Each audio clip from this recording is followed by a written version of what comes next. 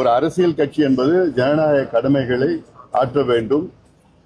அரசியல் கட்சிகள் மக்களை தேடி செல்ல வேண்டும், தவிர மக்கள் அரசியல் கட்சிகளை தேடி வரக்கூடாது. நீதிமன்றங்கள் சொல்ற நிபந்தனைகள் எல்லாம் என்னன்னா, தேசிய நெடுஞ்சாலைகளை, மாநில நெடுஞ்சாலைகளை கூட்டு நடத்தக்கூடாது. சரி, வேற ஏதாவது தனியார் இடத்துல போய் நடத்திக்கிங்கன்னு சொல்றாங்க. தனியார் இடம் எங்க கிடைக்கும்? தனியார் மைதானம் எங்க கிடைக்கும்? ஊருக்கு வெளியில கிடைக்கும். ஊருக்கு வெளியில பொதுமக்கள் அங்க எப்படி நாங்க கூட்டிட்டு போக முடியும்? ஊழல் செய்து கொள்ளடிச்ச கட்சிகள் தான் அங்கு மக்களை அங்கே அழைத்து செல்ல முடியும். எங்களை போன்ற கட்சிகள் எல்லாம் மக்களை சந்திக்க வேண்டும் என்றால் மக்கள் இருக்கின்ற மையமாக இருக்கின்ற பகுதிக்கு நாங்க செல்ல முடியும், துண்டு பிரச்சனை கொடுக்க முடியும், போராட்டம் நடத்த முடியும், நடைபயணம் செய்ய முடியும், பொதுக்கூட்டம் நடத்த முடியும். அங்கதான் நடத்தணும். அப்பதான் மக்களுக்கு தெரியும் என்ன பிரச்சனை இருக்கிறது, ஆளுங்கட்சி என்னென்ன ஊழல் செய்திருக்கின்றார்கள், மக்கள் விரோத திட்டங்களை ஆளுங்கட்சி கொண்டு வந்திருக்கின்றார்கள் எல்லாம் சொல்ல எங்களால் முடியும். அப்பதான் அதனால் இந்த நிபந்தனைகள் எல்லாம் தவிர்க்க வேண்டும். எங்களுக்கு எந்தெந்த இடமோ மக்கள் நடமாடுகின்ற இடத்தில் மக்களுக்கு, பொதுமக்களுக்கு இடைஞ்சல் இல்லாத எங்களுக்கு அனுமதி வழங்க வேண்டும். ஒன்று. அடுத்தது, கடந்த 3 ஆண்டுகளில் தமிழ்நாட்டிலே 1968 விவசாயிகள் தற்கொலை செய்து கொண்டார்கள்.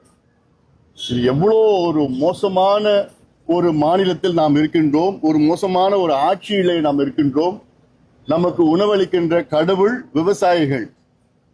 3 ஆண்டுகளில் 1968 விவசாயிகள் தமிழ்நாட்டிலே தற்கொலை செய்து கொண்டிருக்கின்றார்கள். தற்கொலை. ஒரு விவசாயிகளுடன் தற்கொலை செய்யக்கூடாது.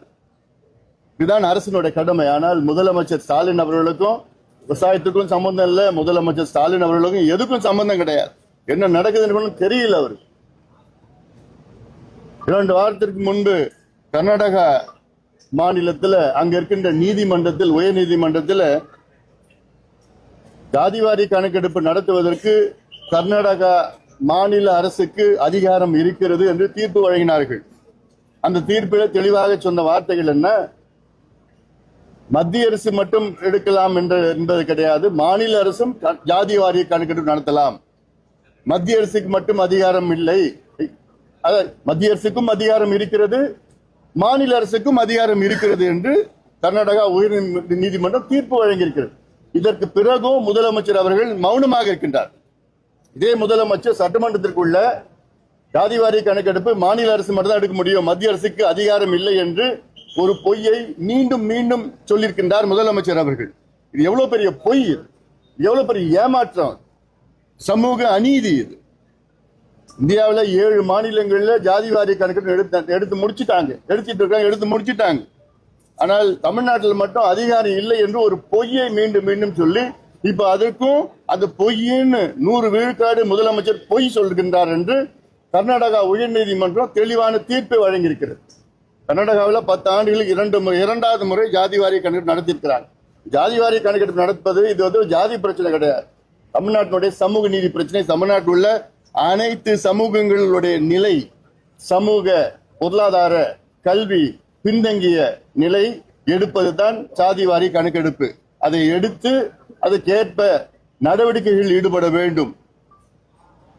இடஒதுக்கீடு அல்லது அரசு நலத்திட்டங்கள் போன்ற நடவடிக்கைகள் எடுத்து இந்த பின்தங்கிய சமூகங்கள் எந்த சமூகம் இருந்தாலும் சரி அதை முன்னேற்றுவதுதான் அரசினுடைய கடமை, அதுதான் சமூக நீதி. ஆனால் சமூக நீதி பற்றி வெற்று ஆக பேசிக் கொண்டிருக்கின்ற முதலமைச்சர் ஸ்டாலின் அவர்களும் திமுகவுக்கும் நிச்சயமாக மக்கள் பாடத்தை போடுவார்கள். கேள்விகள் எதாவது இருக்கா? மருத்துவமனையில் அனுமதிக்கப்பட்டிருக்க ஐயா வந்து முதல்வர் வந்து பார்த்திருக்காரு. அதாவது மருத்துவர் ஐயா அவர்கள் நேற்று மாலை சென்னை அப்போலோ மருத்துவமனையில் அனுமதிக்கப்பட்ட காரணம் வந்து ஒரு செக்கப், அவ்வளவுதான். ஐயாவுக்கு எந்த சிம்டம்ஸ் எதுவும் கிடையாது. 1 வாரத்திற்கு முன்பு திட்டமிட்டு நேற்று மாலை வந்து அனுமதிக்கப்பட்டு இன்னைக்கு காலையில வந்து அவருக்கு ஆஞ்சியோகிராம் பண்ணியிருக்கிறாங்க, கார்டியாலஜிஸ்ட் ஆஞ்சியோகிராம் பண்ணியிருக்கிறாங்க. அந்த ஆஞ்சியோகிராம்ல வந்து பழைய நிலை தான் இருக்கிறது, அதாவது பயப்படுறதுக்கு எதுவும் இல்லைன்னு கார்டியாலஜிஸ்ட் சொல்லியிருக்கிறாங்க. அதனால இன்னைக்கு ஒரு நாள் ரெஸ்ட் எடுக்கணும்னு சொல்லியிருக்கிறாங்க. ஏன்னா ஃபெமரல் ஆஞ்சியோகிராம்னால ரெஸ்ட் எடுக்கணும்னு சொல்லியிருக்கிறாங்க. நாளைக்கு வந்து எப்படின்னு பார்த்துட்டு அப்படி நாளைக்கு நல்லது. நன்றி.